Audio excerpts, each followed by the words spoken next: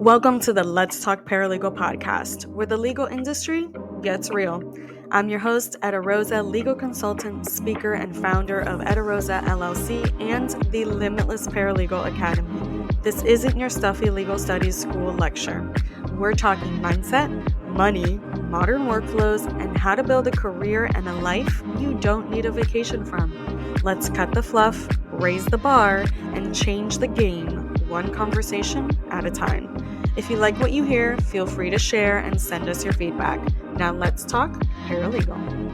Hey guys, welcome to the Let's Talk In this Paralegal episode, podcast. I sit down with Today, Chelsea I'm Jones, so excited a because we're social talking media about a topic strategist that who I helps literally lawyers get and law firm owners excited turn about, but their I also online light up. presence Like it into brings a out the lead best part generating of me in powerhouse. every single way. Together, And it's we dive into personal how personal branding branding and can why make or not break bring the your one that's actually career going in to today's teach legal all this landscape. on our Listen in Limitless for more. Academy, our amazing instructor, Chelsea Jones. So welcome to the show. And again, if you haven't seen my face and you haven't heard the excitement right now, you will, because I'm super excited about this. But Chelsea, before we get into all that, because I know you have plenty to say and plenty to share for our audience, how about we talk about you and kind of where you're at and what led you to where you're at now?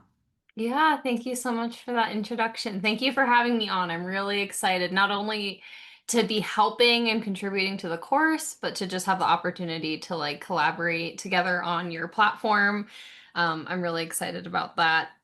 I guess a little background about me. So I'm the owner of Chelsea Ann Media, which is a social media marketing agency for lawyers. I started all of this over 5 years ago, but I officially started to niche down and really focus on lawyers about 2 years ago now. So I've been doing social media, I've been doing marketing for over 5 years in total. Right now, with what I do and specialize in, is I help lawyers specifically with either building a personal brand if they come to me and don't have one, or they come to me with an existing brand, but they just don't really know what to do with it or like where to go with it. So I help them build that and amplify that on social media. I focus more so on Instagram with my work, but I do also offer some support on like other platforms like LinkedIn, TikTok, things like that. So yeah, that's a little bit about me. I love it. I actually have some follow-up questions because I just Yeah, learned two new things about you. So, great. the fact that you niche down to law firms, what made you do that? It was almost like I just had to in a way. Like it made sense more so. Like of course I really wanted to and it made sense for me. It kind of just fell into my lap. Like at some point, right, I looked at all my clients and I realized I was only working with lawyers. Because in the past, when I was starting in social media marketing, I worked with some different industries, like real estate was a big one, um, interior designers, things like I that. love But those. yeah, then eventually along the way, I signed a lawyer and I actually still work with her today. We've been working together for, I think we just celebrated 4 years together, which is huge. I love Yeah, that. so I signed her and then it was kind of like word of mouth from there, referrals. And it got to the point where all my clients were lawyers and I was like, I love this. Also, I actually wanted to go into criminal justice before I got into marketing. So I was going to college for criminal justice, which is a fun fact. So I kind of feel like my passion for the law like came back full circle somehow. So I love it.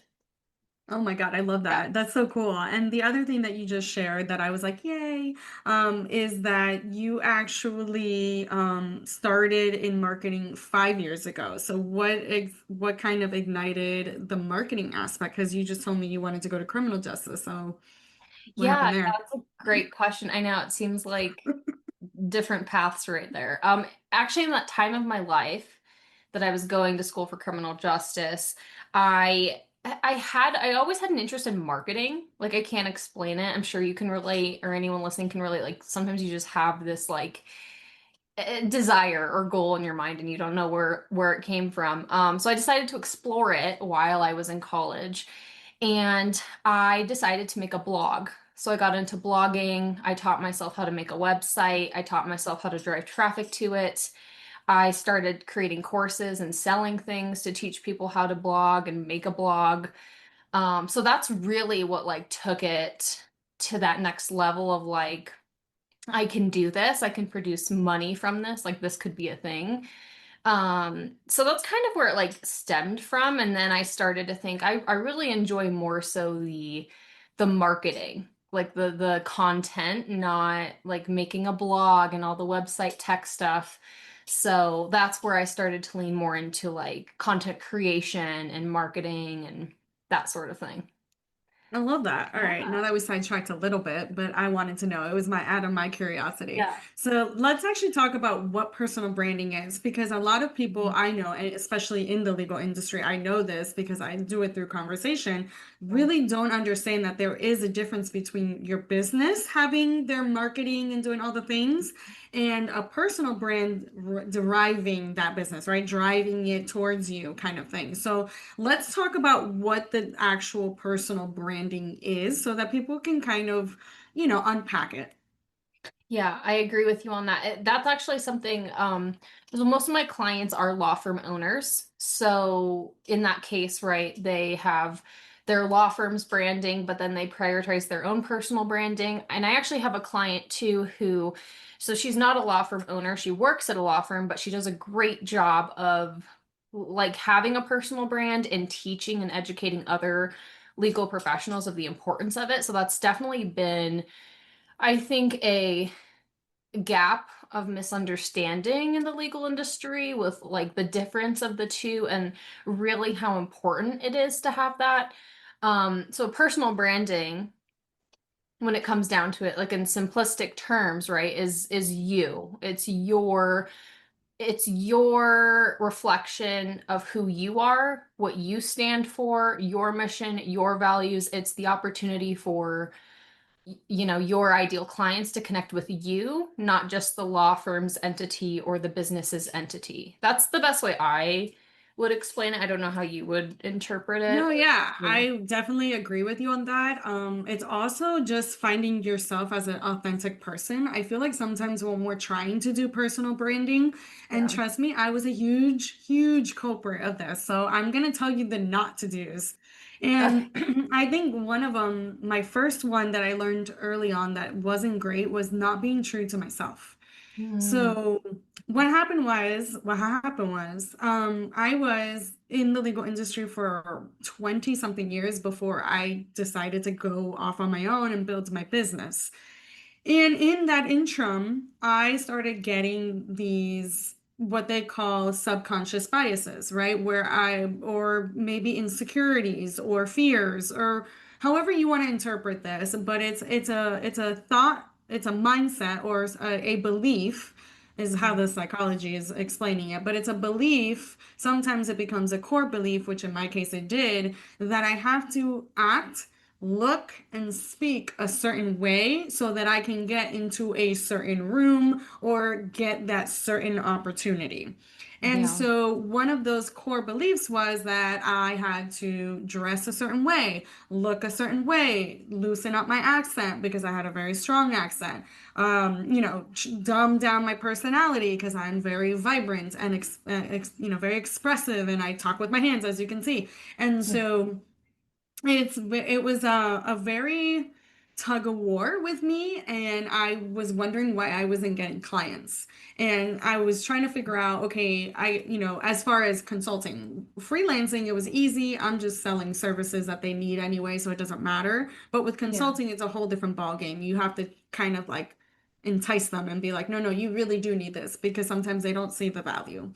And so when that came along, I started going more to network events in bigger stages and I started speaking. And I realized that the more comfortable I was with myself, the more I said, no, forget that. I'm going to dye my hair red. I've always wanted my hair red. I'm going to buy that suit because I love it and I look fabulous in it. And I'm going to be okay with my little accents here and there because everybody's well aware that I speak more than one language. So it should not be an issue. And so when I started getting more comfortable with myself, that's really where the brand of me, my business, the podcast, all the elements that became what now is Eda Enterprises really elevated, right? And that's where I really hit the jackpot. I started signing clients that I actually wanted to work with. I started attracting what I wanted because I was who I wanted, right? And so personal branding is for me anyway is more like a voyage, right? Like you're on this journey and you got to kind of figure yourself out. You got to be true to yourself, and you got to be honest with yourself and sit down with yourself and ask yourself a couple questions and be Mhm. like, what does the core me want? So in my case, what does Eda want? What are her wants? Not because she's a mom and she wants to provide for her family, not because she loves yoga and she wants that flexibility to go to do yoga all and practice yoga all the time. No, those are hobbies, those are labels. What does Eda want? Eda wants to change the industry from the inside out. Eda wants to give voices to those paralegals that find that they don't have a voice, kind of similar to what I had. Eda wants to put people in rooms that they thought they would never be in. Eda wants to create the platform that she never had when she was looking for guidance. So Mhm. that's really the Eda. And in those little things, I'm very, very aggressive when it comes to things that I want. And I won't stop until I get it, or I'll pivot, or I'll rebuild, or I'll, reconstruct. I'll do whatever I need to do, even if it looks a little different than my original idea. Ultimately, it's the same goal.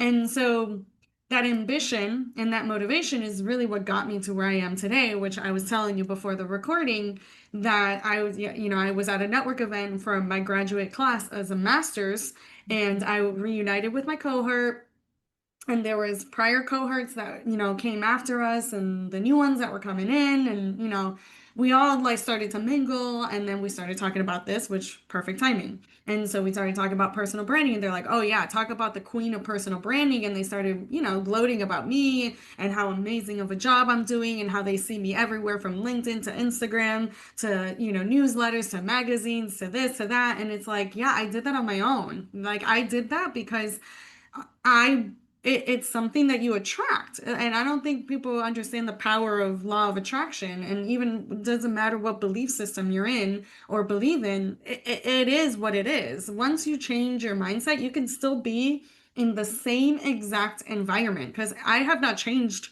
my address. Like I'm physically in the same place that I started my business. I literally have not changed my address. I'm still married. I still have two kids. Like nothing has changed from 8 years ago as far as my life itself.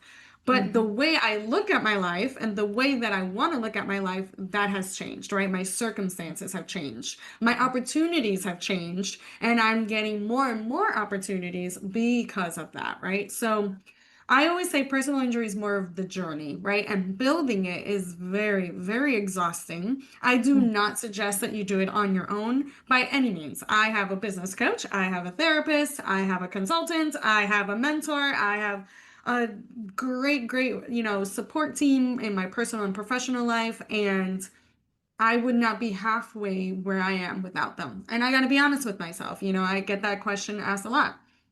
And they're like, well, how do you do it all? And I'm like, I don't. Honestly, I don't. I have a whole entire team behind me. Yes, for a year, I did completely do everything on my own other than my personal life. But Mhm. after you get over that hump, you have a team. You have people that help you. You delegate, and you have to learn that. So that actually brings me to the authentic stories that you were talking about in our little like brief, discussion Mhm. about it, telling those stories, right? So this story that I just told you guys about my journey, about this, about being vulnerable, about being yourself, that is a perfect example of what an authentic story is, right? Like this is me, guys. Like I'm not any different if you met me in person versus if you're listening to me on the podcast. I give you the same face, the same thing, depending if pre or post coffee. You will get different versions, I promise you. But this, right? Like honest, right? And so I learned, and to tie this all together, and Chelsea, I definitely want to hear your feedback on this, is to put the branding as a personal and as the business together for me worked really well. Hey, listen, this is what my client experience went through. This is how we were able to help them, and this is how we can help you, right? And so really bringing I was having a conversation with my son the other day, and this is what happened, this is what I learned, and this is how it ties back into tidbits on how you can run your business and grow your business, and how you can handle different personalities and things like that. It's still a personal story, but I'm still tying it back to how you can grow your business and everything else. So Yeah. that brings us to our social media, right? How can we transpire that information and still be, like authentic and ourselves and still be like more of a brand? But Yeah. maybe I feel like sometimes we go a little too far. Like there's some people out there that go a little too personal. So like Mhm. finding that happy median, I guess, would be one of them. But I want to hear you and kind of what your experience has been, especially working with lawyers that have multiple things. Yeah, absolutely. I loved hearing all of that, by the way. Thank you for sharing that. I love the depth too of how you explained what a personal brand is. Like, and I think that ties into like how I go about working with the lawyers that I have to show that authenticity online. You're so right. Like it is a kind of like you have to do some inner reflection. You have to do some uncomfortable. I don't think we talk about that enough, right? Like Yeah. you have to do some uncomfortable digging in a way, so to speak, to see like, okay, wait a second, who am I? Hmm. What do I want? You know, am I doing things in my life right now that are going to give me that as an end result? Because I think it's so easy, not just any in any career you're pursuing, even for myself, like I think it's so easy to get caught up in the work and then you lose sight of who you are, like as a person at the end of the day. So I think with my clients, when it comes to finding ways to find that balance, kind of like you were saying, of, striking that authenticity, still bringing it back though, right, to like the goal, which is to get clients and to like build referral relationships it is partially doing that inner reflection, which most of them come to me and have already started to build a brand. Like they're on their personal brand journey. They might be like early on, and they'll come to me with some realizations. Like I had a client actually I started working with almost a year and a half ago. And she's like, motherhood's really important to me. Like, I love being a mother. It's transformed me. I don't talk about it at all on my social media, but I'm a lawyer and that's what I talk about. And I talk about my, practice area. But I want to talk about being a mom. Can I do that? Like, am I allowed to do that? And she asked me that. And I was I like, love that. yeah, and I'm like, absolutely. Like, why wouldn't you be able to? But then it made me realize, like, how we get so caught up in our heads about, especially what you were saying, you felt you had to look, act, speak a certain way to be taken seriously. And that's a huge pressure that you carry, especially in the legal industry. So I had to help her kind of coach her in the beginning. Like we just went about putting together some like I guess initial pieces of content that start to talk about motherhood, but didn't like we don't just suddenly start posting a bunch about like being a mom and all that. We just kind of started to mix it into her practice area. She's actually a birth injury lawyer. Oh, So we were that works. able, yeah, so it was like taking the experiences she's had as a birth injury lawyer. She's also really passionate about maternal health advocacy. So I think finding a way to take your interests, your passions, and really sit and reflect and think about what you do too as a legal professional and maybe find ways that it can complement each other. And it could be anything. I mean, I have another client who's a personal injury lawyer, also a mother, really loves to like talk about motherhood too. And so the way we do it with her is she's a law firm owner. So we wrap it into that. We wrap it into how does she juggle and manage a firm while being a mom, and she kind of gets to fulfill that passion and stay authentic through that way. So, I don't know. Those are a couple like examples, I guess, to give like a tangible way that you can take something that feels authentic for you, but isn't necessarily about getting a client, but tying it into your business and tying it into your business's brand as well.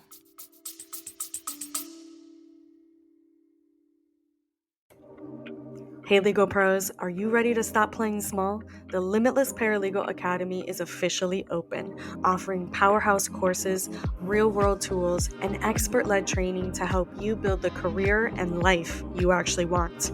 We're not stopping there. The Limitless Paralegal Tour is hitting the road. We're bringing the mindset shifts, career strategies, and community straight to your city with epic speakers, actionable sessions, and zero boring PowerPoints. This isn't your average CLE. This is your legal career reimagined. Join the Academy, meet us on tour, become the legal pro everyone remembers. Visit limitlessparalegals.com to enroll and grab your ticket now. Be bold, be brilliant, but most importantly, be limitless. Right. And you talk a lot about building the trust and the relationship and really intertwining the community, right? Because ultimately, and I talk a lot about this on the podcast, ultimately, we are community servers. And I think somebody had quoted me on LinkedIn because I said that in a presentation, and they're like, I'm taking that from you. And they legitimately took it, quoted it, and reposted it and tagged me on it. And I thought it was beautiful. But the thing is that it is true. We are the ones that serve our communities in a way that unfortunately or fortunately depending, right, because we could be the lifesaver or the life hinderer depending on what side of the coin we're on, but we are there either way to protect and serve our community just as much as a police officer, a firefighter, although they are more physical, right? We are more the legalities and the repercussions that come after that, right? The things that come after the saving or after whatever incident it is or life-changing event. So I always say we are community servers and we need to see ourselves as such.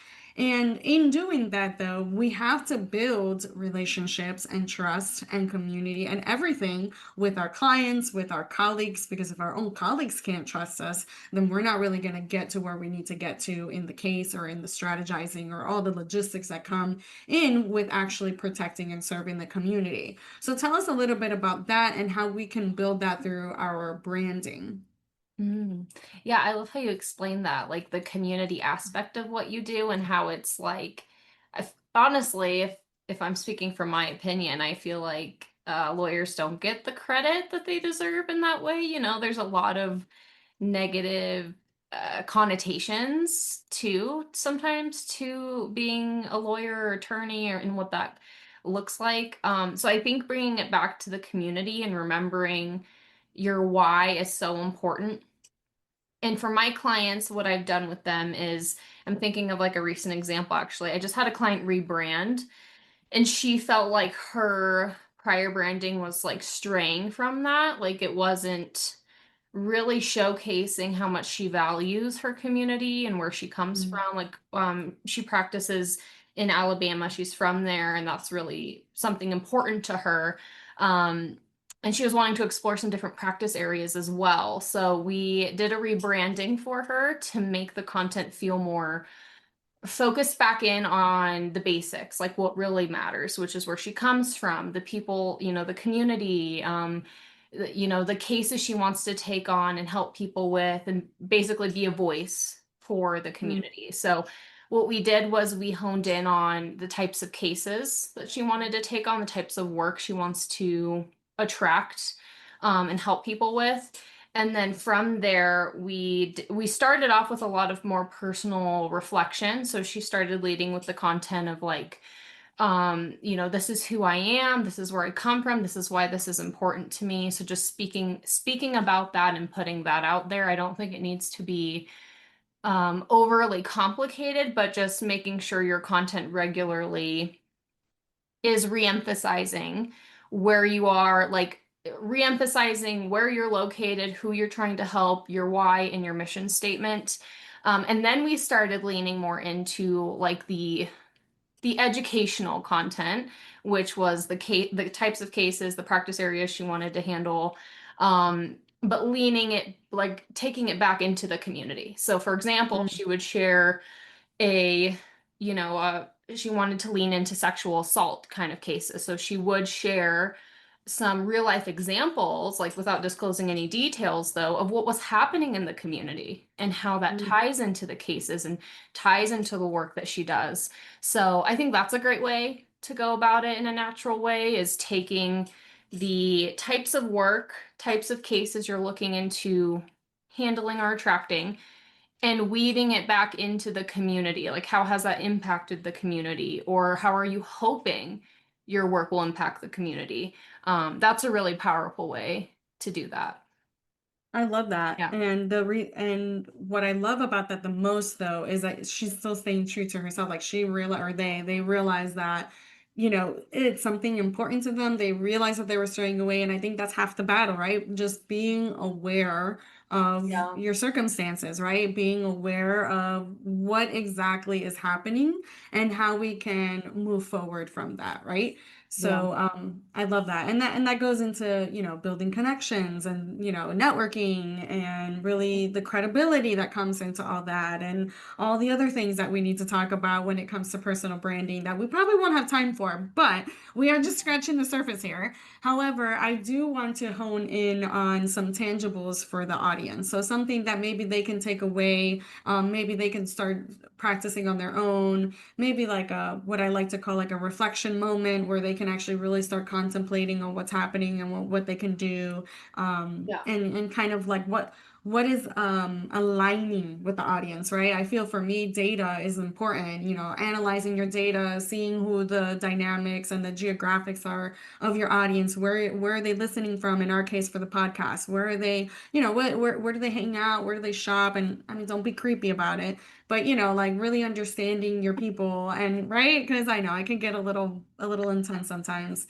but depending on how deep you want to go into the marketing strategy. However, it all helps you, right? So like with us, we co-branded with Starbucks. And so we noticed that most of our audience shopped at Target and loved Starbucks. What do those two things have in common? There is usually most likely a Starbucks in a Target or at a Target or near the Target or somewhere in the vicinity of a Target, right? So what we started doing was we started doing these little gift cards, giveaways that have the Starbucks logo. You can clearly see that it's a Starbucks card, a gift card, but it has our logo as well. And it has like our little education stuff and everything else. And so we co-branded with Starbucks because we understood that our audience really likes their cup of coffee or their whatever, their refresher or whatever it is from Starbucks. And Yeah. ever since we did that and we started promoting it, hey guys, if you engage with us, if you attend our events, if you do this, we started giving them incentives on reasons to come in and this and that. And who doesn't want a Starbucks card? Like, hello. And Yeah. so really understanding your audience can help you just take you to the next level, right? Whatever level that is, even if you're just starting off, just getting the wheels off the ground. But really give our audience like a nice little tidbit of what they can do from, deriving from the personal branding. Yeah. I think knowing your audience is super important. And I also want to add to that, like, as you walk away from this conversation, wherever you're at in your personal brand journey, if you're not clear at all on who your audience is, that's okay. Like, I want that to be a reminder that that's okay. We all start somewhere. And the good news is you can start today. You can start getting to know who your audience is today. Obviously, that comes with some reflection. So I think, can I give two tidbits? Yeah, of That course. too. Okay. So my first one would be like leaning into what you just said about the audience, knowing your audience, reflecting on, and whether you take a pen and paper, if you're that kind of person. I like to write things in my phone, like my notes, whatever works for you.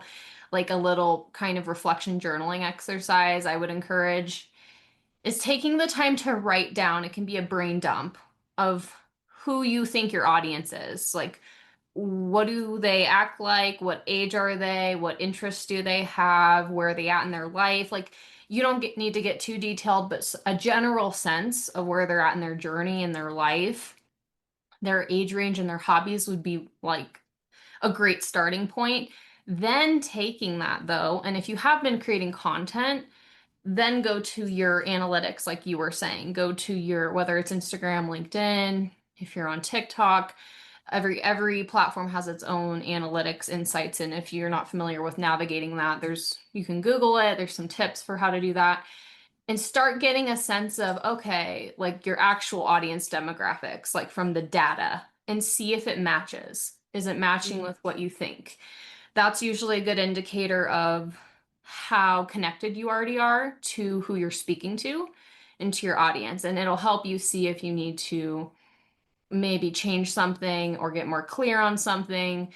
The second thing I would say, and I say this too to potential clients that come to me or when people inquire to have social media support, check your own platforms, whether you've been creating content or not. I encourage you to open up your own Instagram profile, your TikTok, your LinkedIn, your Facebook, whatever it is.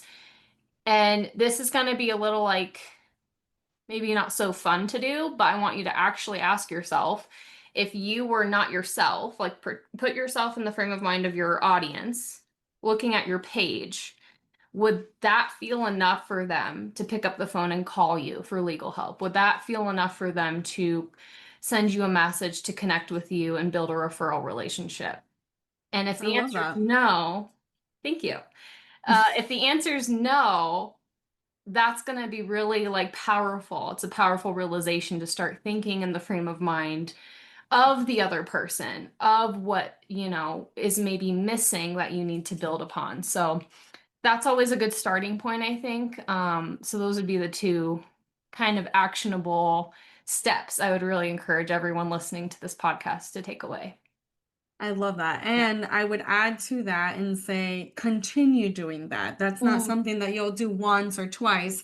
The more you grow, the more followers you get, the more audiences, the more leads you're gathering, the more you want to do it because your audience can change. So our audience was strictly paralegals for a very long time within reason because I started my company as a freelance paralegal and everybody was interested on what I was doing and how I was doing it.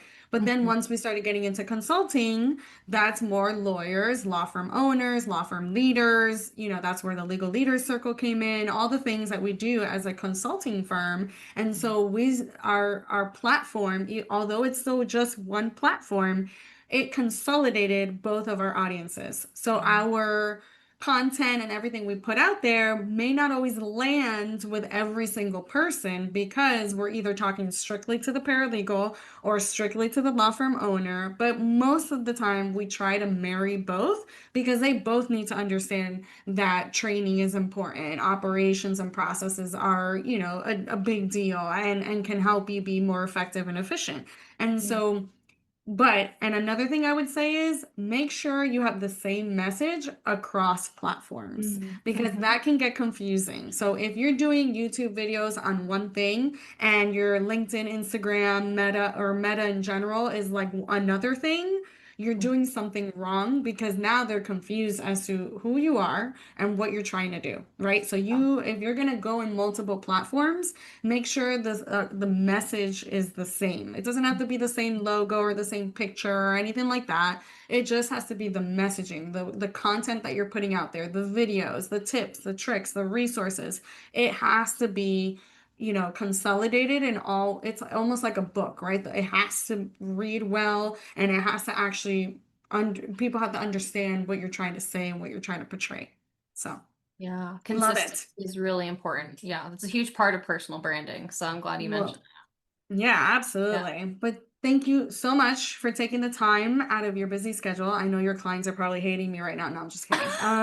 They're like, no, she needs to be working. And but thank you for taking the time and just, really giving our audience something to think about, even if it's just to think about it and take action later. But if you're going to take action now. Like Chelsea said, there's no better time than now. Might as well just do it. Let's just go for it. It's going to be a journey, guys. It's not going to be easy. It's not going to take. I love how people are like, oh, within 90 days, you have enough information. That is absolutely incorrect because after those 90 days, something else can happen. And the industry's changing, AI is changing the game, the way we work changed the game. Like, there's just so many different elements that we can't catch up. It's almost like Wall Street, Even though Yeah. you think you got a great stock, the next day it'll just go down. So you got to understand that marketing in general, personal branding, you're the one consistent thing. So if you're gonna change for the better and let the people know. I even though I didn't announce my red hair, although nobody really realized it, so we're good. I love that. Oh man. But anyway, I wanted to make you guys laugh before we ended this episode and wrapped up. Chelsea, is there anything else you want to let the audience know before we sign off? I don't think so. I think the one thing I would just add is I hope that this conversation like encourages you and instills some sort of just an open mind to what personal branding and social media marketing can do for you if you've been on the fence about it. Have fun with it, truly have fun with it. People take it way too seriously. Yes, of course, there's things you want to be cautious about and best practices, but at the end of the day, the legal professionals and the attorneys I work with that have built a firm, a law firm from scratch from their social media, they're having fun with it. They're just having fun with it and they're enjoying the journey. And I hope you can do the same. So that's all. That's all I Absolutely. have I to say. love But it. thank you again for having me Oh on. my God, yes. I love the photo shoots. Guys, you got to do a photo shoot. I mean, it's amazing. It's so much fun to just be yourself and choose your outfits and choose the, Mhm. like, you can find it on sale. You can find up and coming photographers that are just opening up a studio that will give you a discount. Like it's not as expensive as you think it is. Start doing your research, but really, really, really have fun with it. I know sometimes we get timid and we get scared because of the unknown, and maybe that's just not your personality. Maybe you're not vibrant and spicy like I am, and that's perfectly okay. You are your version. My best friend is the opposite of me, which is great. And so, she's very quiet. And the first time she did her photo shoot, she actually did it outside in a place where she felt comfortable. And she just found her medium. She found the middle, and it worked. And of course, she's naturally fabulous, but she looks fabulous and she looked like a complete pro, which she is. And she enjoyed it. So enjoy the process, guys. Enjoy the journey. That's all it's about. And until next time, until justice is served, we'll be here. Bye, guys.